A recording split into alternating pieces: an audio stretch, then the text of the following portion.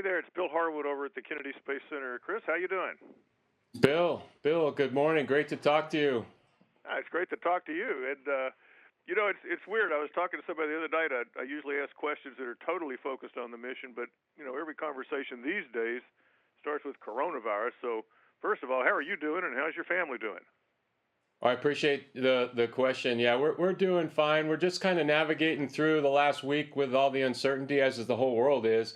As it pertains to us as a family, we're just trying to figure out who can come to launch. Of course, that's we can talk more about that. But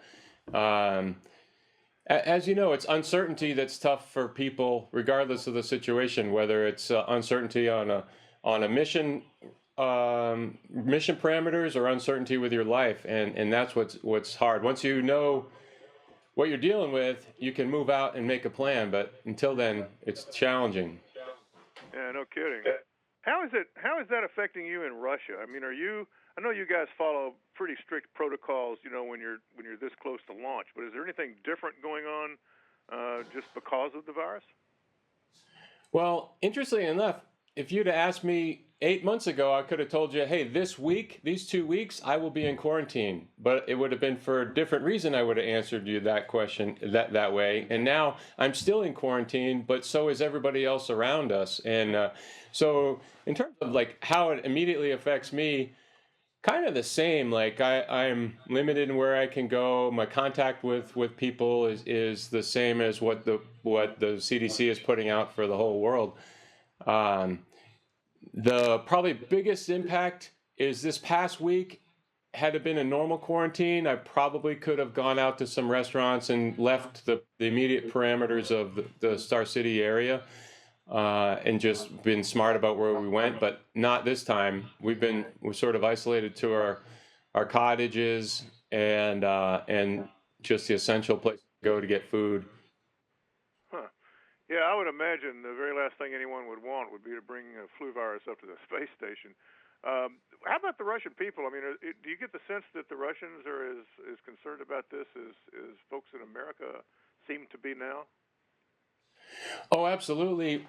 I was in downtown Moscow about 2 weeks ago, right at the very kind of onset, right when I arrived, and it was the beginning of the tidal wave, so to speak. And there was some concern. There were medical-looking folks in the airport. They weren't actively testing our temperatures or anything. This was the 1st of March, I think. So it's been a few days since then.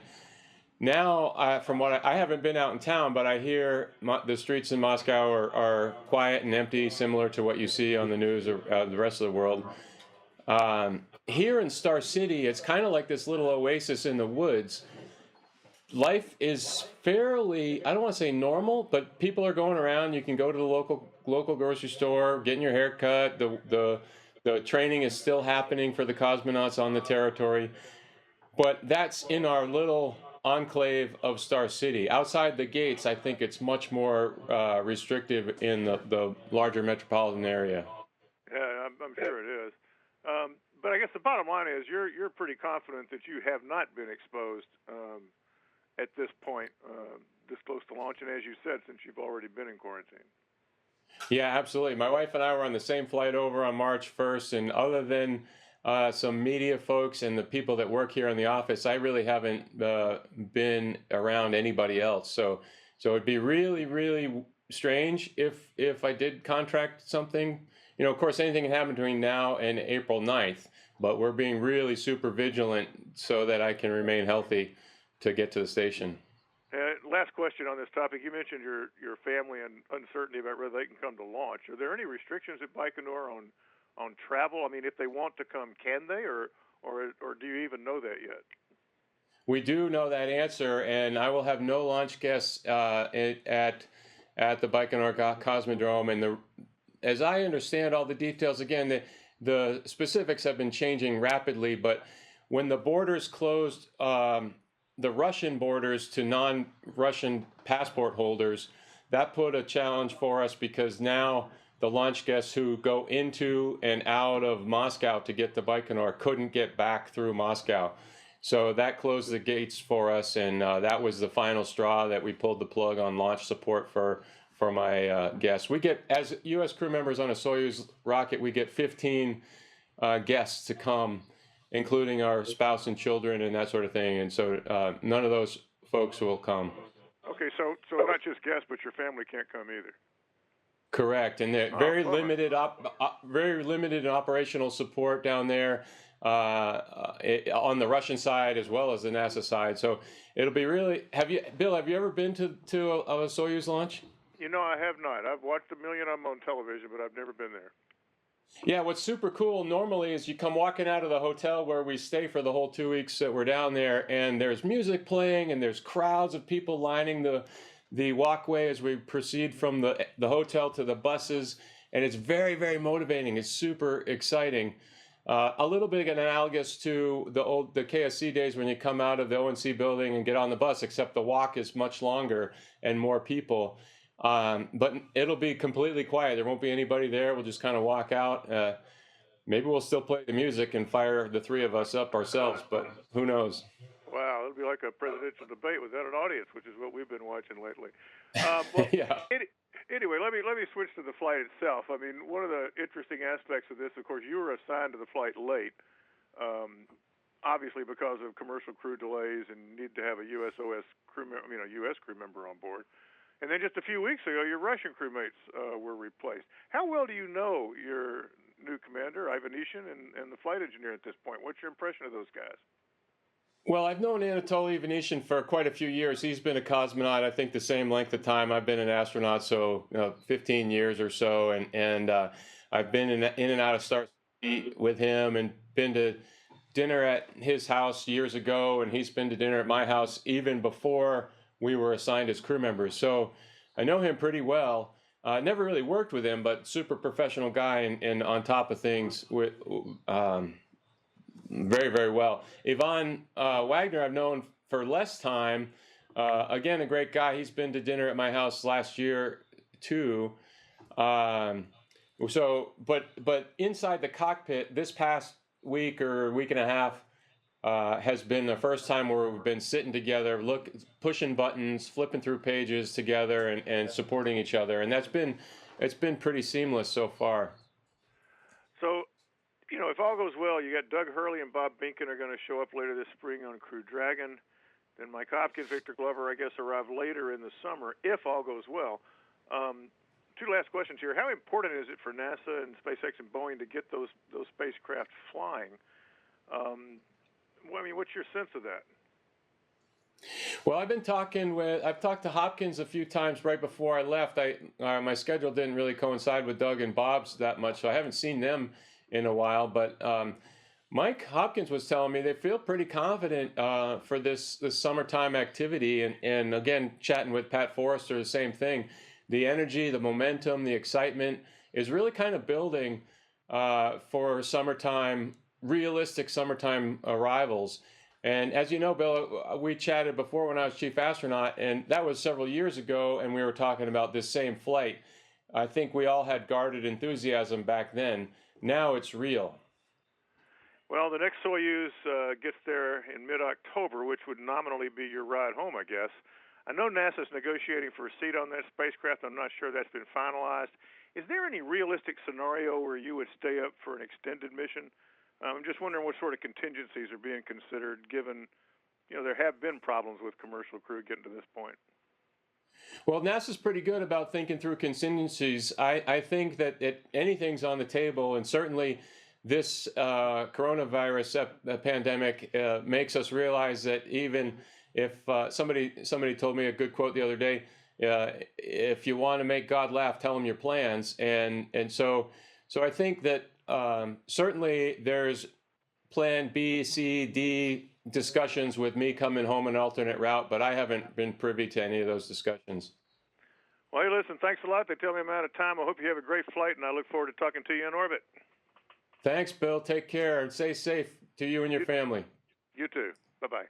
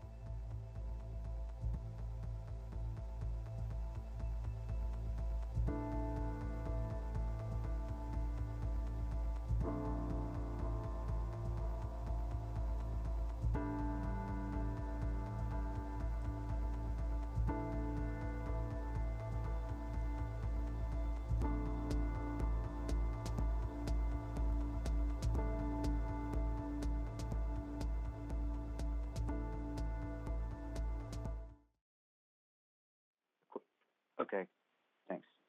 Hi, thank you so much for taking the time to speak with me. I really appreciate it. Absolutely. Is this Michael? Yes. Great to be with you today. Yeah, thanks so much. So first question, this will be the first time that you've been back to the International Space Station since 2013. What are you most looking forward to about going back? Oh, that's a great question. I think I'm really looking forward to seeing familiar faces, like initially floating through the hatch and seeing Drew and Jessica and giving a big hug. That's a great moment. Those emotions, if you see them on TV, the smiles and the laughing, those are real because we're friends, we're colleagues, and we're coworkers, but also we're humans that are experiencing something super cool together. So that first couple hours, I can't wait to experience that. Of course, looking out the window is always fantastic, but we'll have limited handover time, so I just want to soak up their experience for that week and before they disappear on me a few days later. Mm-hmm. I have to imagine that now of all times is a fairly unusual one to be preparing for flight, given the fact that we're in the midst of this COVID-19 pandemic. What kinds of challenges has that been posing on you and your colleagues in terms of preparing, in terms of life in Star City prior to launch? Well, interestingly enough, the preparation has been no different, and the quarantine for us as crew members has been very similar to what I'm used to for quarantine. The real weird part is everybody else being in quarantine also, and sort of the social distancing concept is not just pertaining to the 3 crew members, but it's everybody. And then the other part that's not so operational, but more on the support side, is trying to navigate through all the uncertainties of which people will get to come to launch, friends, family, NASA support personnel, all that kind of stuff has been quite dynamic, as I'm sure you've been experiencing in your own life over the last 7 days. Mm-hmm. On that note, I'm sure a lot of people around the country and around the world are practicing social distancing, working from home in confined quarters. Arguably the most extreme work from home environment, in and around Earth is the ISS. Any advice for people? Well, set a routine, I think, is the biggest thing, and we have no choice in that matter. The mission control folks tell us what that routine is going to be, but I have experienced that in the military on deployments, and there's times where on my Navy deployments where I had a lull in operational activity, and we found that it was really healthy for the group to stay in some sort of normal routine. If everybody just kind of lounges around, doesn't get up until 11, nobody's brushing their hair or their teeth, not only do you look crappy and you feel crappy, but you just get in this funk. So sticking to a Monday through Friday routine with your wake up, go to bed, and eat dinner plan, I think is probably the most basic thing that I would recommend to folks. Mm-hmm. And since the dawn of the space program, astronauts and cosmonauts have flown with all kinds of stuff happening on the ground: war, disease, famine. Thinking about the fact that you're going to be, up on the ISS until October, what goes through your mind? I mean, how are you going to deal with that separation from what's going on the surface? Yeah, that's a great question. So, in all likelihood, I'll come back to Earth in October. Knock on wood, that the pandemic is kind of behind us and people are sort of trying to get back to normal existence, much like in the months after 9/11 back in 2001 and 2002. It took some time, but eventually life returned to semi-normal, whether it's a new defined normal, but it's something that you can get your arms around. And I anticipate that will be the case. It's this whole spring and summer that will be really interesting for me. I'll be super busy, of course. I'll be mostly by myself on the space station and hopefully welcoming my colleagues Doug and Bob Behnken from SpaceX mission. And so that will be, I'll have a full plate and my mind will be engaged, but I'm still going to be talking, communicating, emailing with my family and loved ones and friends. and so I'll be living sort of vicariously through them on all that's unfolding, and I certainly am not going to be disengaged from it, thinking, oh, it's not my problem. It's certainly my problem because my family is living it, and my friends and my coworkers are living it in real time. Yeah. Thank you so much for taking the time to speak with me. Stay safe and have a great launch. Oh, I appreciate it very much. Have a great day.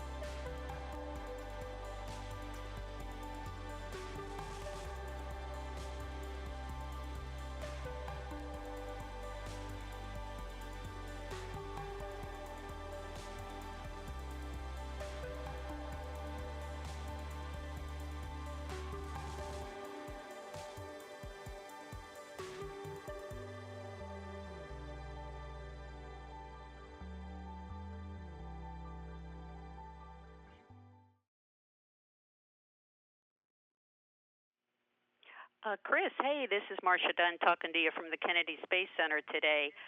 I guess if you got to leave the planet, now's the time. Is there some part of you that's just glad to get away from all this craziness taking place across the globe?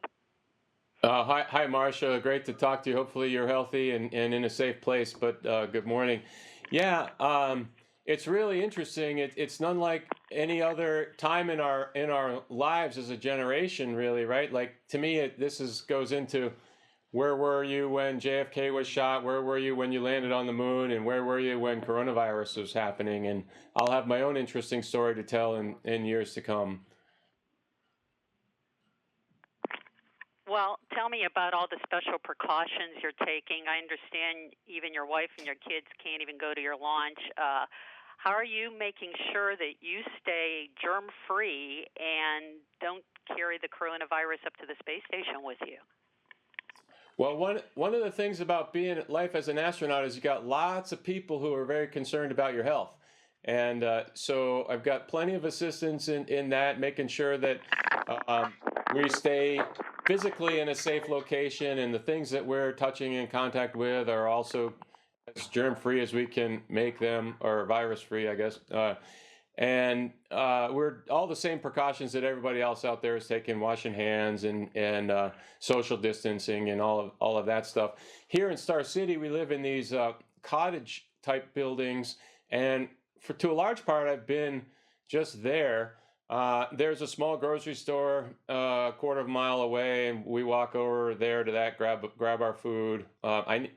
Maybe you can't tell, but I think I need my hair cut, and I've been debating whether or not to get that done here in Star City before I leave, or just go like a shaggy ragdoll to the space station and get it cut up there where I know the shears are clean.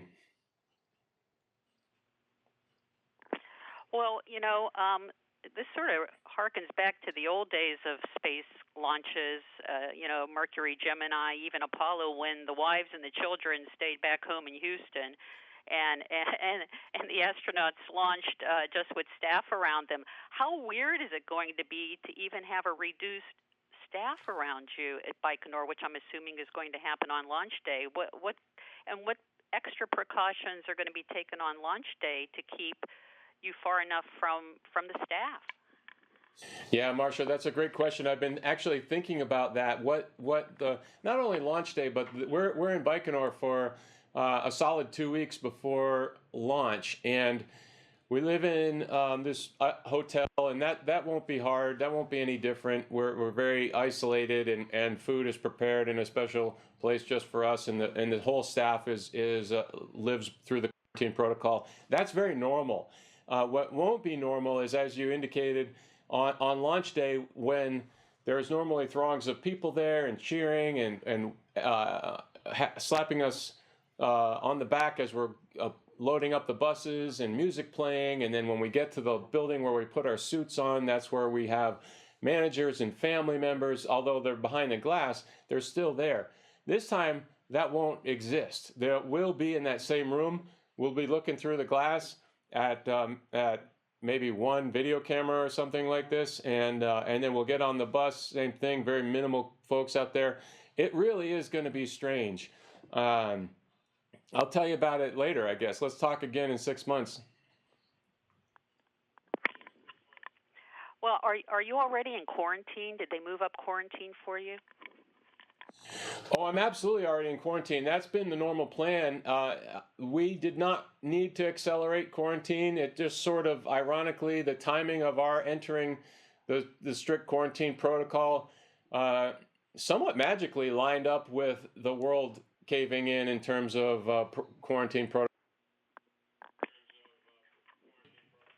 It hasn't been that different in terms of when I anticipated entering quarantine. And tell me, you're flying with two cosmonauts that you weren't originally assigned to fly with. What was your reaction when you learned that there was going to be a crew swap, and how well do you know these two new crewmates of yours? Well, I was crushed actually that we were swapping, because the two people that were my crewmates before were my really dear friends, and I was so looking forward to spending 6 months on board the space station with them. And then to hear that it was a medical accident just made it even more unfortunate. You can't predict. Life is precious, I guess, and just savor every day is what it made me realize. I know the two guys, Anatoly and Ivan. I've known Anatoly for years, and we've had dinner at each other's houses in both countries. So no issues there. I was just really, my heart hurt for my two friends that thought they were so close to a rocket launch and were not going to get one. And it made me realize you don't know who your crewmates are until the rocket lights on the pad, and then you know you have who your crewmates are. Well, how well do you know the two new guys? And how is I heard it was an eye injury for your former crewmate. How's he doing? It was an eye injury. Fortunately, he's doing well. I've seen him multiple times throughout this my two weeks here in Star City, and it looks like he'll with all luck be able to get back into the flight assignment process a little bit down the road, maybe later in the year. So that's good. And I know that the two, Anatoly and Ivan, I know them well. We're getting to know each other more and more, because the training intensity ratcheted up a little bit as soon when I arrived, and we had never been in the simulator together. So we've been training intensely for the last 2 weeks, but we're ready to go. Well, what's your stress level right now? Here you are with a planet full of coronavirus. You got a crew swap, which doesn't happen very often. And do you think your former life as a Navy SEAL helps you deal in times of all this craziness? My former life as a Navy SEAL, I don't think has anything to do with my preparation right now. I think it's just me as a person. I am not concerned about any of the operational stuff, which is weird. A lot of times at this point, you start thinking about what do I got to do here? And in fact, we've been talking about the possibility of doing a spacewalk in flight day 2 or 3 when I arrive, and just a really, really busy time on board in the first week, particularly when we have the overlapping crew. That doesn't bother me at all. In fact, I have kind of I'm excited, bring it on, let's get on with the work aspect to that. But my stress level, to be quite honest with you, Marsha, is a little high for all the people that I care about. Like, my wife and I have been trying to figure out what's her plan to go home, and we thought we would say goodbye on launch day, and now it's looking like it'll be tomorrow, where we may say goodbye for the final time. And when you have a plan and things change out of your control, that's when it can be a little stressful. You know, we're only human, and we'll work through it, and it'll be fine. But those are the things that are on my mind these days. Is what are the travel plans for my friends and family? I have one child that's in New Zealand, and he's trying to get home, and his plans are all screwed up too. So it's just the stress. The things that are stressing the rest of the world and the rest of America are the same things that are stressing me right now. So your wife is with you in Star City. I didn't realize that. That's sort of a lucky break for you, because that must be a comfort. Yeah, exactly. And we knew that we had the ability to have her be here this whole month prior to going into quarantine. This was long ago when we were thinking about what the months leading up to launch would be.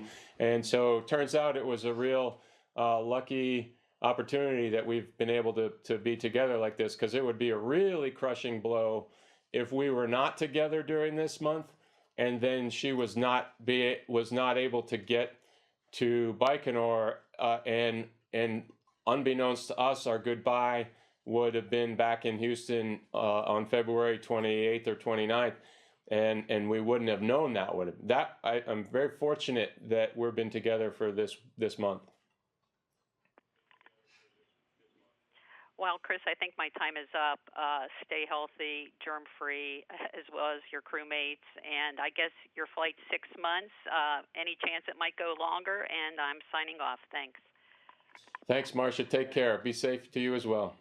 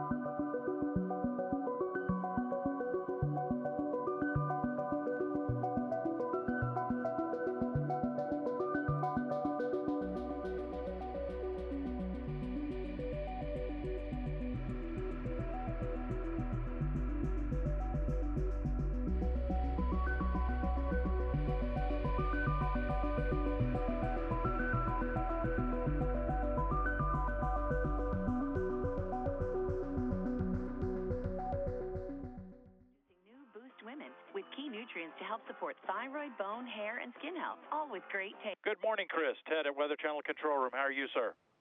Hi, Ted. Loud and clear. Doing great. Hope you're well.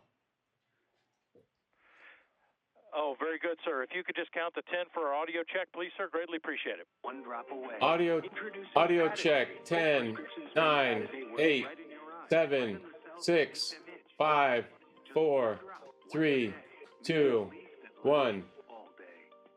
So turn your day into a padded. That's perfect, sir. Thank you very much. You'll be talking to Stephanie Abrams. We're 2 minutes out of the commercial break. Okay, Tracy, we'll thanks. be right with you in just a moment. Until I found out what it... Good morning, sir. How are you today? Hi, Tracy. Great. How are you? Super sleeper and heavy duty. Huh. I am great. So as Ted just said, we've got about 2 minutes left in our commercial break. We've got to do a little bit of forecasting off the top, and then you'll be speaking with Stephanie Abrams. Stephanie Abrams.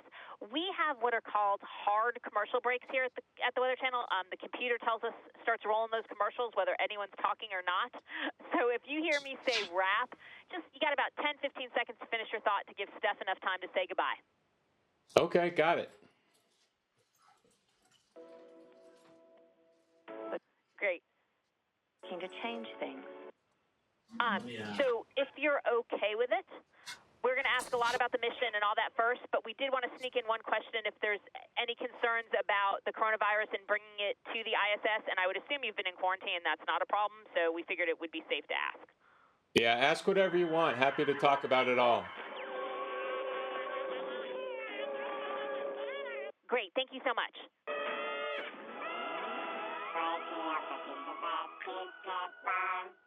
Yes! Yes? Yes? Yes, sure. Yes. Yes. Yeah, no problem. Yes. Yes. Yes, 1,000 times yes. Discover. Accepted at over 95% of places in the U.S. Goodbye, Fred. Goodbye, Fred. What if he gets lonely? What if he gets bored? Oh, hey. What if he gets hungry? What if he gets sad? What if he gets... Hey. I think it's time we say goodbye. Okay. Kohler Revolution 360 with continuous clean.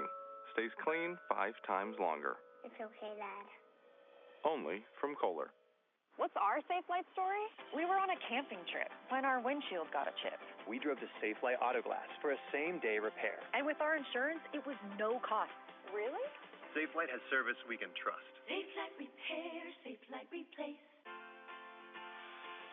And at 38 past the hour, it's time for our Moment of Zen. We're doing it every hour here on AMHQ, and this one's from Penn Yan, New York. There's something about the flow of water and being outside and connecting back to our roots, which is nature. Nature is all of our roots. And so taking that deep breath in and releasing that, especially on this first day of spring, welcoming in the new season, maybe taking a hike. This is in the Finger Lake region of the upstate of New York, 7-mile-long trail connecting a couple lakes here. But, Jim, really we all stem from nature.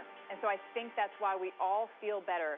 It never fails you. If you go outside and you're interacting with nature, it will not fail you. Yeah, you're absolutely right. Two things here. I can't believe how many people I've seen outside over the last couple of days. I mean, just everybody's just, why not? Just get out of the house and enjoy it. So you're absolutely right, Steph. And the gentleman here who is taking these videos for us and sends it to us all the time, John Kuko, I mean, he just does a fantastic job. He's just a great follow. Just beautiful pictures, the railroads, I mean, everything there in the Finger Lakes region. All right, Denver, under a winter storm warning this morning. Let's check it out here for you in the Mile High. You can almost kind of see that haze going on. It's 40 degrees right now, so it's actually in the... About a minute away. Yeah, it's kind of like a drizzle, I like to call it, that's coming on down. That will change on over to snow later on this morning, and it'll start coming down pretty heavy. So anything you need to do, you need to get it done here over the next couple of hours because things are going to change rapidly. As a matter of fact, check out the radar out of Denver right now. You notice how the whole thing is starting to fill in. All right, this is what is this, G-Dom, an hour loop? Yes, it's an hour. You can see how the radar is starting to fill in with kind of a heavier mist to the south side. The snow, again, coming out now of the foothills. Fort Hood Pass is 18, while Denver's 38. So there's a 20-degree spread over about 2,500 feet. That's a pretty good drop in temperature. So that's going to be happening as the precipitation continues to move on in. Now, again, we're a far cry from where we were yesterday. We've almost doubled our snowfall forecast. I think 9 inches was the most we've seen in Denver so far this year from any single storm. Guess what? We're going to challenge that with this storm, not to mention crank up the wind. Denver, you are flanked east, north, and south with blizzard warnings. So we're not too far from, I think, you know, you may not verify for 3 consecutive hours, but we may get an hour or two of blizzard in Denver. And if you think it's going to be longer than that, the Weather Service in Boulder will upgrade this to a blizzard warning just like that. But what's interesting is notice up toward Greeley. Less than 30 seconds. Less than 30 seconds. 4 inches of snow there, because that's on the south side of the Cheyenne Ridge. We're on the downsloping part of that. But, again, it doesn't matter how much snow you're going to get. It matters about the wind and the duration of that wind and the visibility. Steph, over to you. Well, several weeks from now, NASA astronaut Chris Cassidy and 2 cosmonauts will lift off to the International Space Station. Chris is preparing for the mission at the Gagarin Cosmonaut Training Center in Star City, Russia. He's joining us live from there this morning. Chris, thanks for being with us this morning. This will be your 3rd adventure in space, 6.5 months aboard the ISS. What will you be working on during that time? Hi, Stephanie. Good morning. Great to be with you. So all the space station missions are all about science these days, and that'll be no different. Where it'll be a little bit different for me, I'll spend some bit of that time alone and anxiously awaiting for my crewmates to arrive on the first SpaceX launch coming up in May or June in this summertime. So really, really exciting time for us in the space world. That it is. Now, speaking of the space world, an exciting time. You know, NASA is pushing forward with the plans to return to the moon. Do you have any interest in going on any of these missions? Oh my gosh, I would love to. I'm also in the Navy, and they say sailors are made to be at sea, and that's how I feel about astronauts. Astronauts are all about missions to space, but quite truthfully, I'm not so sure about timing. We never know.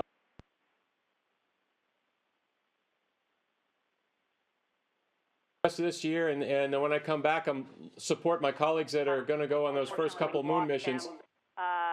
But you back know, with, oh, he's back. back. With He's you, back. All Stephanie. right, you can finish your thought there. We lost you for a second about heading to the moon. Yeah, so I'm excited to for that as our goal. I'll be focused obviously this year on going to the space station. I think during this year we'll hear the names of those first couple crews, which will be super exciting to know. And actually, if I think about it, I walk around the hallways right now with the people that are going to be the next moonwalkers, and that gives me chills just thinking about that. When I get back from the space station mission, we'll see what's in store for me and my career after that. But it's really certainly an interesting time indeed. Yeah. We got chills as well. I'll say my colleagues and I got very excited about that too. You know, let's talk about the coronavirus. Has that affected the preparations for your mission? Have there been any complications because of it? Well, it's been interesting. Life for us in the pre-launch period is always in quarantine. So for me, I knew I was going to be in quarantine these 2 weeks. But what's really different is everybody else around us is in quarantine too, just like the rest of the world. And to see the impacts on that in terms of who from NASA can come over to support launch, even which the Russian operational support team will be much smaller. My family and launch guests will not be able to come. So it'll be a really, really skeletal crew there in the Baikonur Cosmodrome, which will be quite different. Yeah, well, I'm sorry to hear that about your family, but I know they are definitely excited for you. I'm sure, watching from home. Chris Cassidy, NASA astronaut and the next commander of the International Space Station. Godspeed to you and your crew. Jen, very exciting. Great having you on. Thank you so much, and good luck on the mission. Thanks. What's next? Take care. School might be closed, but we're here to help you learn. Coming up in Weather 101, explaining why relative humidity doesn't tell the whole. Thank you, sir. All the best.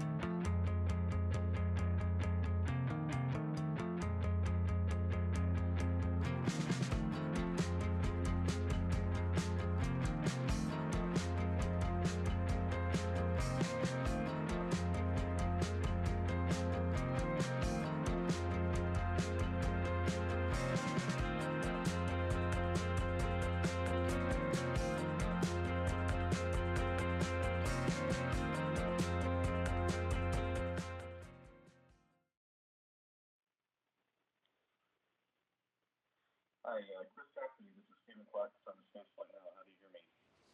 Hi, Stephen. I can hear you just fine. How are you? Hope you're safe. Where are you? I'm actually in Texas. It's good to talk to you. And how are you doing? Doing okay. The audio is not perfect, but I can hear you. So bear with me if I ask you to repeat it.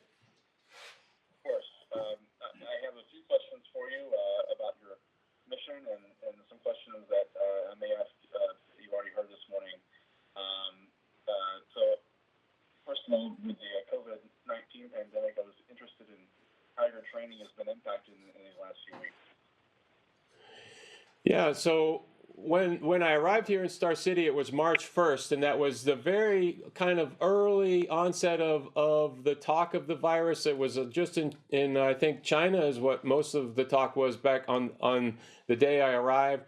And then every single day, just like most Americans or people in the world, we heard more and more information.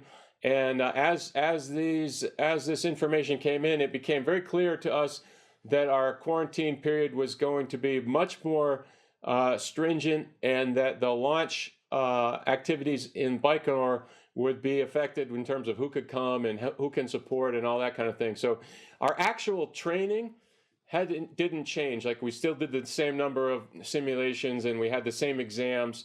It's all the stuff in the periphery that has been so different. Did you enter quarantine early or anything like that? Just what kind of additional restrictions have you undergone? We actually didn't enter quarantine early just because by weird timing, our period of time where we entered quarantine as planned sort of lined up with when all of the severe restrictions started falling in place for world citizens. So we were probably a little cautious in the days immediately prior to official quarantine started, but we didn't start any earlier. And will your family be able to come to the launch in Baikonur, or will they be watching from home? Sadly, no. They'll be watching from home, and we have the ability to have some guests in the Mission Control Center in Houston, but even that's a little bit in question in terms of having 100 people in one conference room. So it'll probably be most people just watching on the internet from wherever their homes are. Okay. And looking ahead to your mission once you launch, I guess it's still kind of unclear exactly how long your crew will have the space station to yourselves, depending on when the Crew Dragon arrives. During that time with you and your Russian crewmates, will most of your time be spent maintaining ISS? Just how much science will you be able to do during that time with three-person crew? Yeah, that's a good question. You know, we've had the really good fortune in the last, I don't know how long, couple years, where we've had a really robust crew staffed well, and lots of science available in the active and in the on-deck circle. So we could just crank out some science over the recent years and months. That's going to be different. There's a certain level of number of hours per week that you have to pay to the space station to keep it healthy and running and keep the systems problem-free, and then if there are problems to fix them. And that amount of overhead doesn't care if there's one Chris Cassidy or 6 crew members up there. So we'll have to deal with that, and the balance of which we'll get some science done. I'm going to do my best to have busy days and try to work fast, but also not make mistakes. That's the worst thing I can do is hustle myself into screw ups. And so I'll just proceed with caution and work as quickly as I can, but also know that science is the name of the game, and that's why I'm there. I know you've trained for spacewalks in the event of any contingencies or repairs that are needed, and you had a late change in crew with your 2 Russian crewmates. Just curious, are they up to speed on EVA training on the U.S. side? Are they ready to go if you need someone to go outside with you? Well, fortunately, and NASA and Roscosmos were all pretty good at thinking about what-if situations, and Anatoly and Ivan have been our backups, the backup crew for a while, and Anatoly has been training on U.S. EVAs. In fact, I did one NBL dive with him last year or a few months ago. I forget exactly when. And Ivan has been very much involved with U.S. robotics training. So just in the same capacity that Nikolai Tikhonov and Andrei Babkin were. So those capabilities were immediately picked up as soon as the crew swapped. We didn't miss a beat there. I think we'll be ready for any contingency that the space station can throw at us in terms of EVA and robotics. It's been a long time since a U.S. vehicle carried astronauts into orbit, and looks like there's at least a good shot that you'll be the one to welcome the Dragon crew on ISS in the next few months. Are you looking forward to that? Well, Doug Hurley and Bob better be on the lookout for all the booby traps I set them and short sheet their mattress, their beds and things like that. But I'll definitely be ready for them. In all seriousness, they're my good friends, and I'll be there with open arms and excited to greet them both on a personal level and a professional level, to where we can, as your earlier question was, where we can really go to get after the science with a few more people. I just wanted to get your thoughts on the significance of that, since you maybe have a front row seat to their arrival. Well, I mean, there's no doubt that's a huge step for our nation, where we're launching Americans from American soil, the pride that goes with that, the neat factor that it's a new aspect of commercial space flight in partnerships with our commercial companies, partners. So that's all fantastic.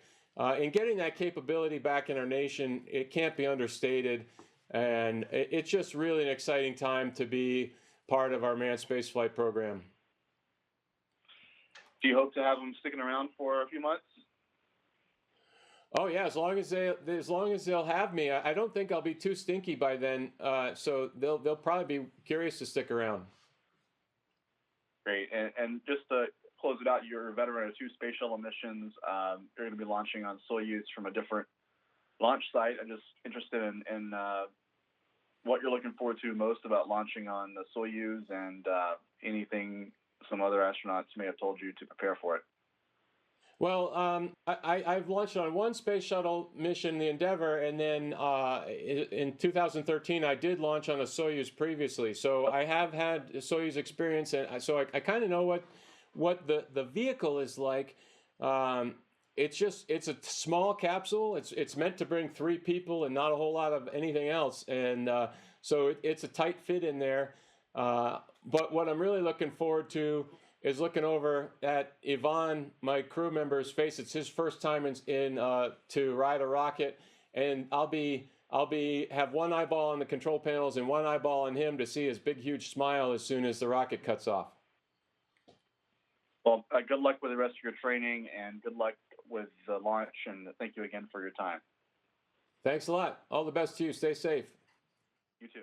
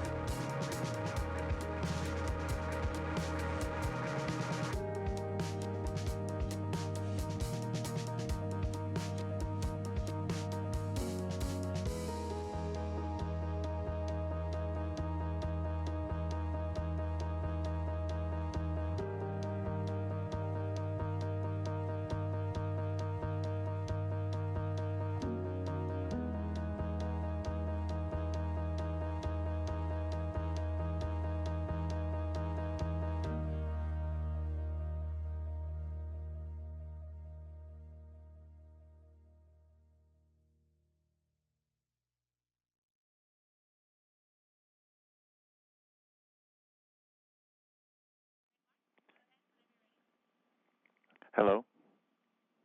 Mark, hello, it's Chris. Good morning, sir. Oh, at least here. I'm ready for questions if you are. I am. Hopefully you have them. I don't have any. Okay, I'm ready. And here's the first one.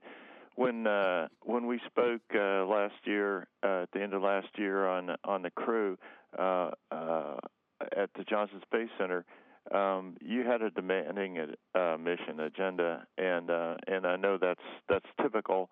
But then there were crew changes in February, and I'm wondering what difference, if any, that will make in your capabilities and abilities to carry out all the crew responsibility, all the mission responsibilities. You know, I don't think there'll be one single hiccup at all in terms of the crew change affecting our ability to do the mission responsibilities. It's a late crew change like that is more about the dynamics between the crew. Fortunately, I've known Anatoly for over a decade, and I've known Ivan for a number of years as well, and we've had dinner at each other's houses in both countries. So there's already a level of personal interaction there, which helps a great deal. And then we just have to spend a few weeks working together to understand how to help each other, how to rely on one another, and we'll get up to speed super quick with that. So I'm not really worried about the late crew change. What really bothered me more is my heartfelt sorrow for my previous crew members that were so close to flight and didn't get that opportunity, at least this year. The training that Anatoly and Ivan have done, how will that work out for spacewalks and robot arm operations if when those come into play? Who will take on those duties with you? Right. So Ivan has been doing all of the robotic training for the last couple years, actually, and Anatoly, same thing on the EVA side.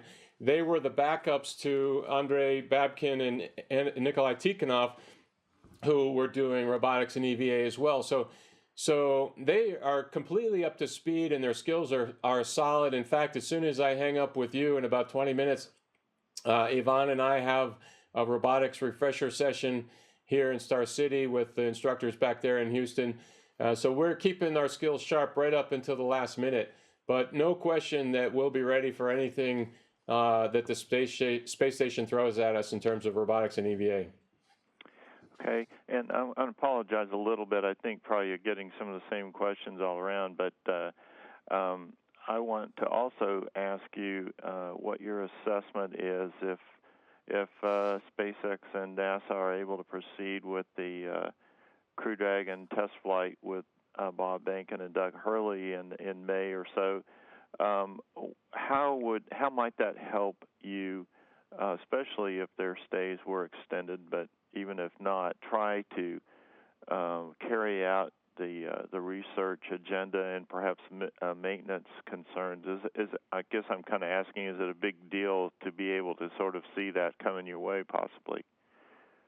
Oh, it's a huge deal, and I'll be overlapping with Drew and Jessica, at least on the U.S. side, for just a short week or so, a couple days more than a week, on the very beginning of my mission, and then they leave, and I'll be the only U.S. crew member until which time Bob and Doug arrive. So there's a certain level of hours per week it takes just to keep the space station running, and while I'm by myself, I'll have to do that, and only the balance of my hours can be used for science and research and the true meaning of the true mission of the space station. Once we get Bob and Doug there, we triple the manpower, and that's only going to be beneficial to our mission in conducting science and research. Do you sort of feel that the science and technology demonstration community has been supportive of the sort of schedule you're facing and the uncertainties? Are they with you and understanding you'll do what you can, but there might only be so much? Oh yeah, everybody's realistic about that. I mean, I'll do my best to get a full one-person man hours per week done, and maybe some weeks more and some weeks less, depending on the curveballs that are thrown my way. But everybody knows that one person can only do what one person can do. So there's no misunderstandings there. But we do have this kind of job jar called a task list, and that's where tasks live that are not actually on the schedule but are available to be done.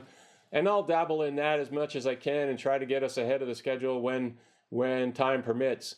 And maybe that'll allow some extra science to be done. But really, it will get back to the life as usual once we get multiple crew members on the U.S. side again. And of course, I know others have touched on this. I'll ask a question a little bit differently, I hope. But you're launching in a tough time for people on Earth right now because of the coronavirus concern. Will you be able to sort of remain in touch adequately with family and friends that are close while you're in orbit? And does that make a difference sort of in your, I guess, psychological well-being or mental health well-being to be able to do that? Yeah, so NASA, one thing NASA does really well, there's lots of things NASA does really well. One of them is psychological support for our astronauts, and falling in that category is our ability to communicate with the people we care about on Earth. And I can make telephone calls. We have a weekly family conference with video.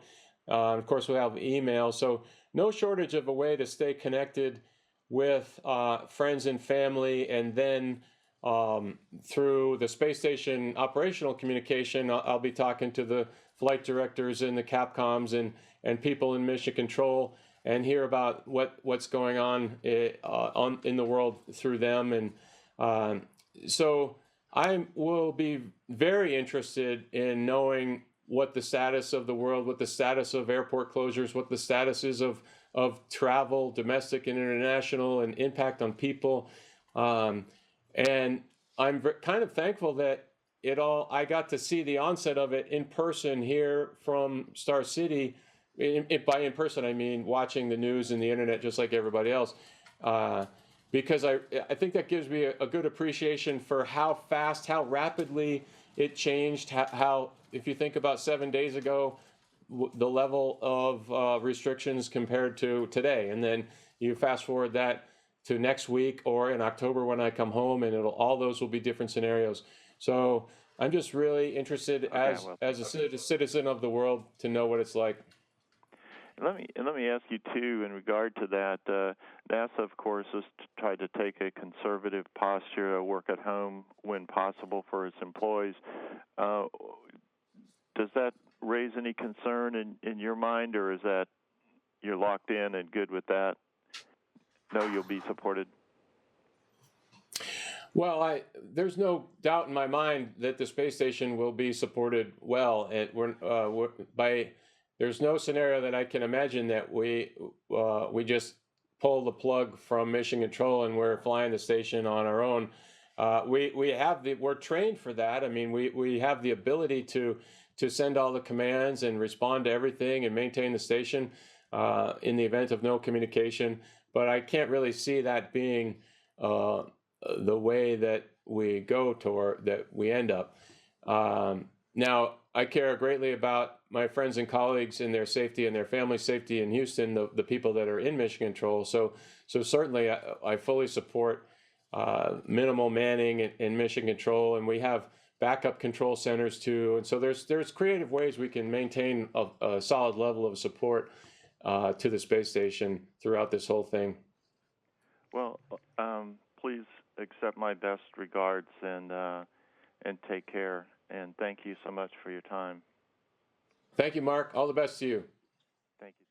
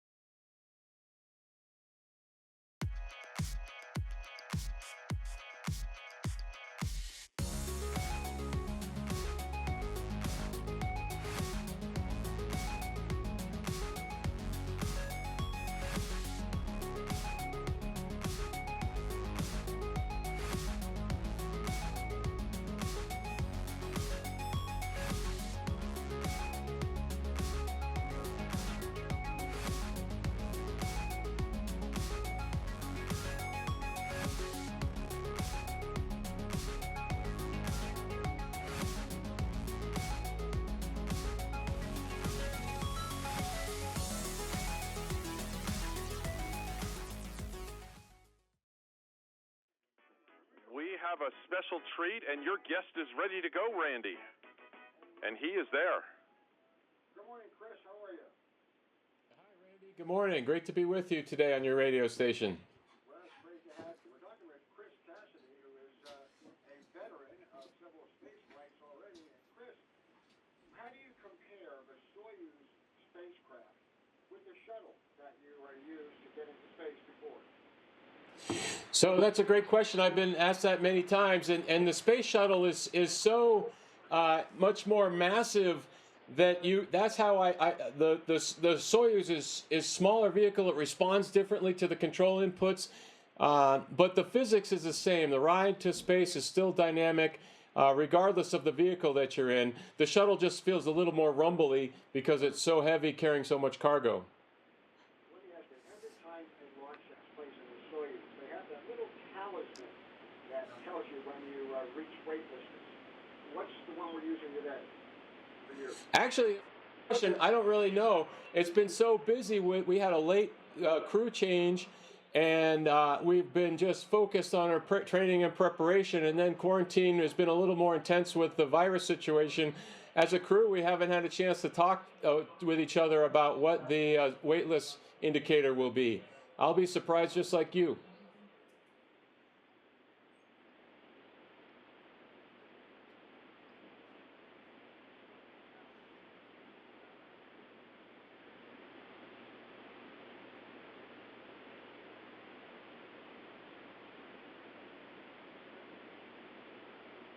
Randy, you there? Yeah, we're okay now. How long has it been since will it take you to get to the station on this particular flight? 2 days or 6 hours? Yeah, so that's a great question. We have the ability to do it in different regimes, and it'll take us 6 hours is the plan. Ironically enough, 7 years ago when I launched on the Soyuz, we were the first crew to go from a 2-day rendezvous to a 6-hour rendezvous. Fast forward to today, there's some discussion of in a future launch of going even shorter, from 6 hours to 3 hours. That won't be our case. But in any instance, we're always ready to fall back to the 2-day plan if the burn maneuvers or some kind of situation forces us to take a little more time. Well, let me ask you this. Has there been any problems with the change of crew that has been taking place due to the injury of one of the cosmonauts? Yeah, no problems. It was just a tragic freak accident to an eyeball on one of my crewmates, and that was late in the game, right before we started the final exams. So fortunately, we have backup crews for a reason, and we had to enact that plan.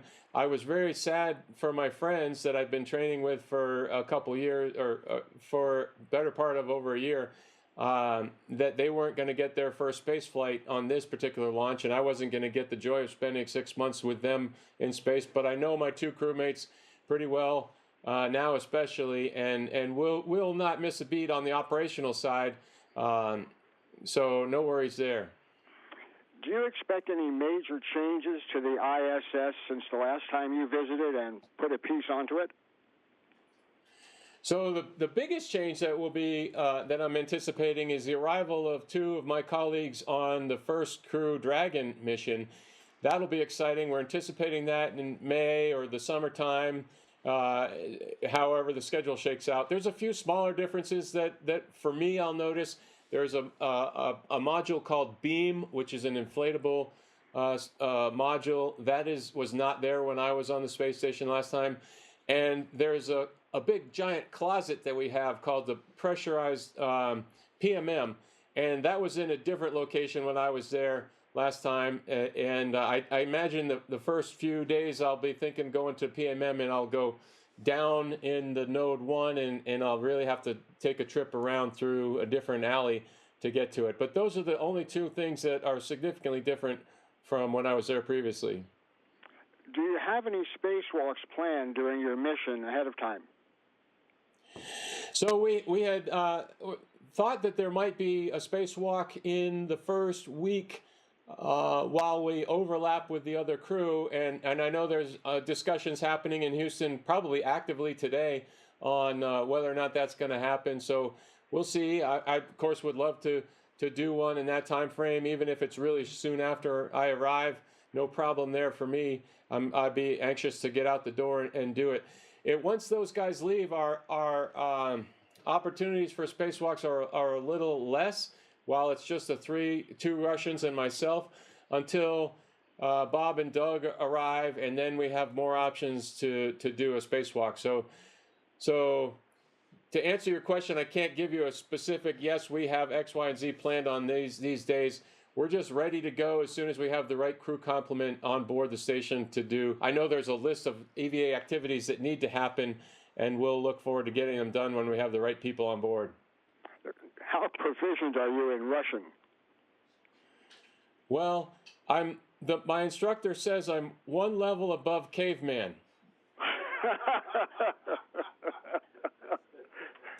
Okay. That certainly was an answer I never expected. Well, I guess if you're going to have fun, you may as well go all the way, right? Yeah, right, exactly. Well, I'll tell you, we're just so anxious to see you getting back into space. The fact that you were the chief astronaut for a time, was it difficult picking crews to fly to the ISS? You know, it was a real joy to be the chief astronaut and have that. I really cherished that aspect of the role, is picking out who the crews were. There's a lot that goes into it. The complement of who the other members are, what the other international partners are thinking, the skills. That we all have strengths and weaknesses, and trying to match those up. It was pretty fun. And knowing that when you call somebody into the office and say, hey, would you like to fly on this flight? It's a happy day for any astronaut. That was a real joy. Was it hard? Yes, it's hard because we have such a talented pool of folks in the office that, quite truthfully, you could pick almost anybody for any mission and get it done. So that was the hard part, is balancing the right, just figuring it out and knowing that you had so many people to choose from. Chris, I thank you for taking all this time with us. It's a pleasure, and wish you Godspeed and a safe return. Okay, stay safe on Earth for you and your family. Thank you.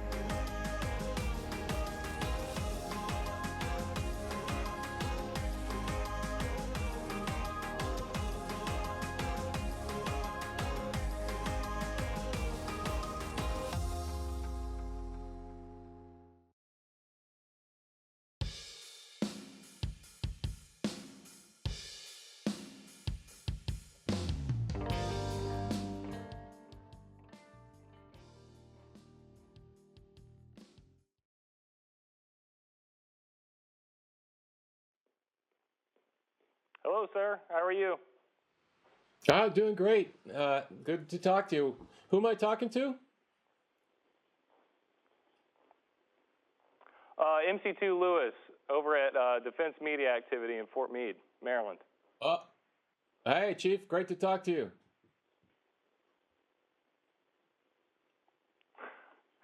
So just a couple of questions. What motivated you to attend the Naval Academy and then later on become a Navy SEAL? Well, I did not know a whole lot about the Navy when I was a young guy in high school. I was, quite truthfully, attracted by the fact that it was free education, and I was happy to serve in the Navy and serve my country for those years to pay back the service. So, and then I thought it just looked cool, the Naval Academy. I liked the pictures and I liked the people, and it wasn't until I got down there and I realized what a great fit it was for me. I loved the camaraderie. I loved the discipline. I loved the routine of the day. It was just a really great fit for me. And so, but just coming from a small town in Maine, I didn't know a whole lot about it before I got enrolled, I mean. And then your second question is what motivated me to be a Navy SEAL. And again, it was a different time. This was the late 80s, early 90s. There was not a whole lot in the media about the SEAL teams. There was a couple books that you could find about Vietnam era SEALs, but again, not anything like today where there's so much out there that you can read about. So I knew nothing about the SEAL teams until I got to the Naval Academy and I saw some really, in my young mind, really impressive looking guys with this shiny pin on their uniforms, and I did a little research. What's that all about? What do they do? What's the training? And that led me to pursue it during my years at the academy to the point where I could select that as my service selection after commissioning.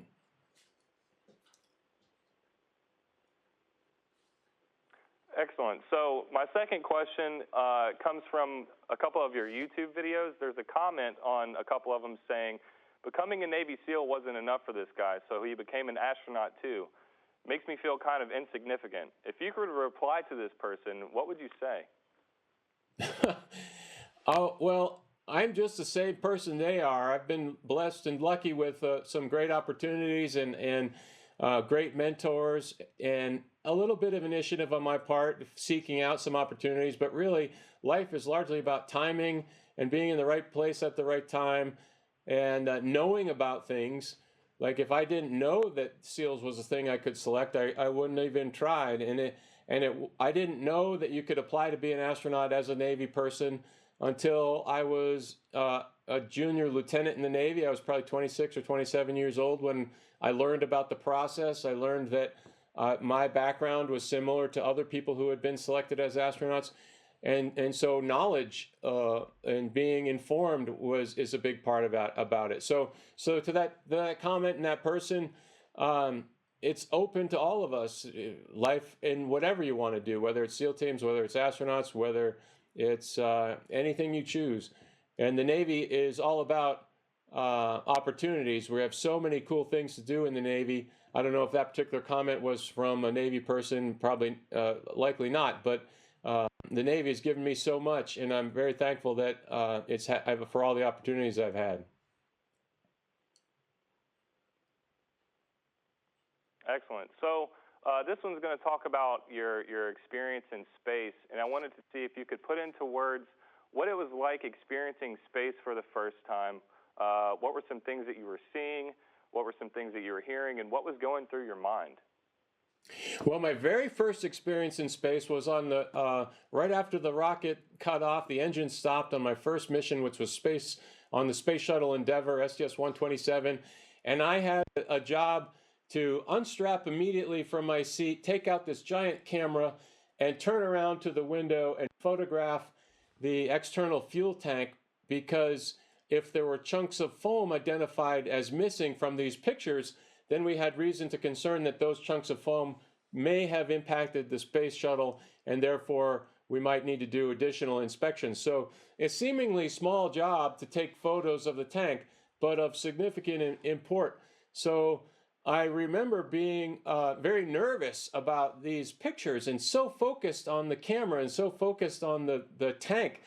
And then I got through a large part of the pictures, and I remember looking above the camera lens and realizing that there was this big giant Earth behind the tank, and it was floating, and the tank's tumbling with respect to the clouds and the ocean, and we were soon approaching the coast of Europe, and it really kind of blew me away. And it wasn't until that moment that I realized I was floating, because I was so focused on my job.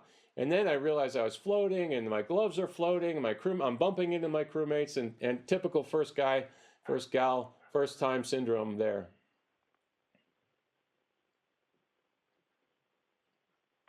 Yeah, so my 4-year-old wanted me to ask this question to you. I told her that I was going to speak to an astronaut, and then she asked me, what do they eat in space? So, sir, what do you guys eat in space? Well, that's a good question, because food is important in space, just like it is if you go camping, or just like it is if you're in quarantine for coronavirus and the shelves are empty. What are you going to eat? And we are very fortunate. There's a food laboratory in Houston. They make the food there. They have these big dehydrators that remove all the water. You can tell to explain I'll leave explaining dehydration to your 4-year-old to you. But we take the water out, and then we have these dry food packets, and we insert the water back into it when we're ready to eat.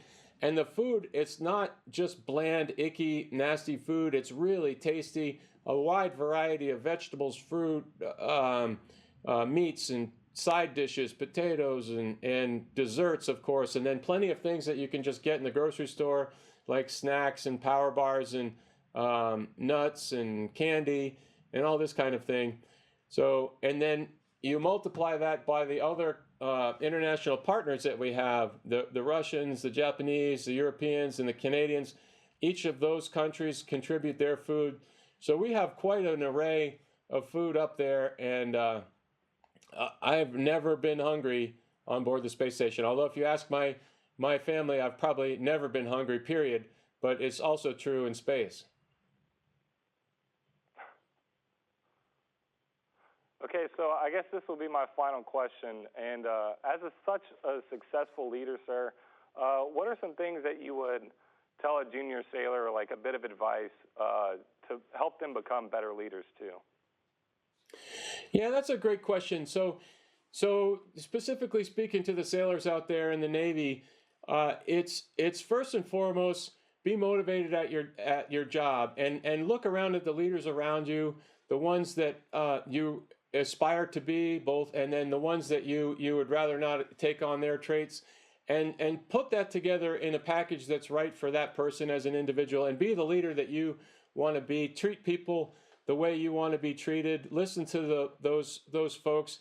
All those things. Leadership, when you come right down to it, is pretty a simple process, and lead people the way you like to be led. Now that changes as you go through your career. When you start out just in your space and with your LPO and your chief, and then you get more senior, and you're working with the department and the division and ultimately the whole ship or the command. And we in the Navy, we go shore duty, sea duty. So you have lots of opportunities in your career to experience it in different settings. And that's what I like about the Navy. It's not the operational leadership is different than the shore-based leadership, and you have to flow between leadership and followership at every stage of your career. And we just have so many cool opportunities to do that in the Navy. But the bottom line is, take advantage of all the opportunities that the Navy can give you, and work hard, and opportunities will be there for you. The Navy will take care of you. You do your part to take care of the Navy, and you'll have a fantastic career. Okay.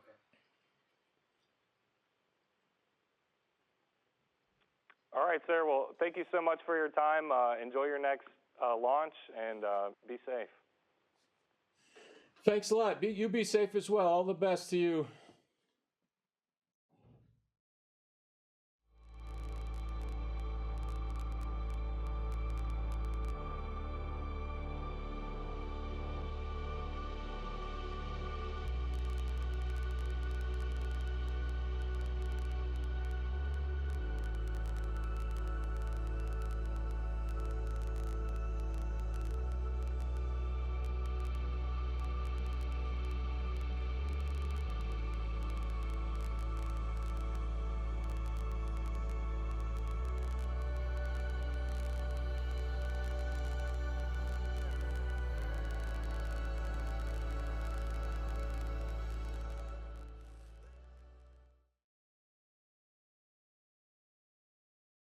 Okay, great.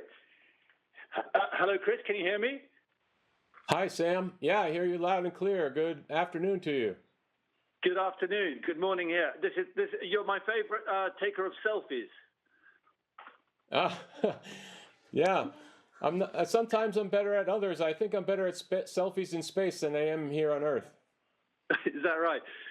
Chris, I'm going to do this as a sort of first-person thing. So could you just briefly tell me where you are, where you're going, and how long you're going to be there, and how you're feeling about it? So, yeah, I'm Chris Cassidy, NASA astronaut. I'm talking to you from Star City, Russia, which is a small community about 30 miles outside of the greater Moscow, outside of Moscow city center. And we are here in the final weeks of quarantine leading up to launch to the International Space Station on April 9th from the Baikonur Cosmodrome in Kazakhstan, which is where the Russians launched their Soyuz from. And myself and my two cosmonaut crewmates will spend 6 months on board the International Space Station and come home around October of later this year. Chris, you said you're quarantined. Now, these are extraordinary times you're going. Has anything been different in this time? Yeah, it has been a little different in terms of we're all trying to navigate through the uncertainties. The quarantine itself has been largely the same, whether we were in quarantine the normal way or the coronavirus way. We still, as a crew, keep our distance from everybody, relatively isolated to my living quarters and places to get food and such. But the difference is that the others are doing the same sort of quarantine. Here in Star City, it's this quiet little sleepy town, and our lives somewhat feel kind of normal. There's not a whole lot of people here, and we don't notice things being shut down. I have not been out in town in Moscow in 3 weeks, but I hear it's shutting down there just like it is around the rest of the world, as I'm sure it is in London for you. But also just in terms of just leaving this planet at a time like this, does it make you feel any different from, because you've been before? But is there something different about it this time?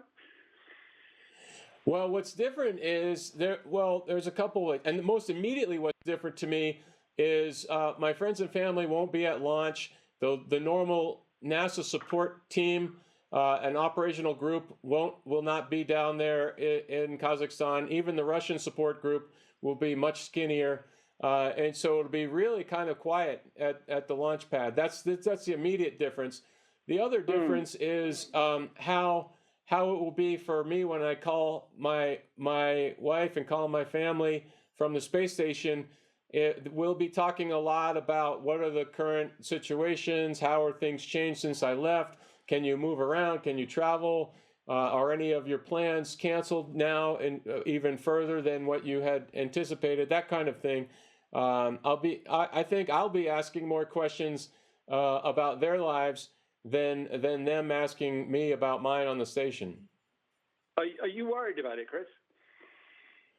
Well, I'm a human just like you are, and I am worried about it. I don't want anybody to be sick at all, and I certainly don't want the people that I know and love for to be sick, just the same as you, Sam, I'm sure. But yeah, it's something that we in the whole world need to be concerned about. Now, of course, there's plenty of things out there that kill people, and we have to be smart about all of it, and this just adds to the list. What would it mean just talking about disease on the space station itself? I mean, obviously, has that never happened? Has there never been any illness on the space station? To my knowledge, no. Maybe there was some runny noses or something like this, but nothing of significance that I'm aware of. So it would be unprecedented to have a virus like this on board the space station. We have lots of medicine up there, but there's no vaccine for it there, just like there's none here. So it would really, really be something we'd have to deal with on a significant level if it got up there. Okay. So thank you, Chris. Thank you so much for your time, and the very best of luck to you. Thanks a lot, Sam. I appreciate it. I have two UK guys here with me, and they say your newspaper is fantastic. So glad to be talking to you. That's great. It is fantastic, and what you do is fantastic as well, Chris. Thank you so much. Thanks a lot. Take care. All the best. All the best to you as well.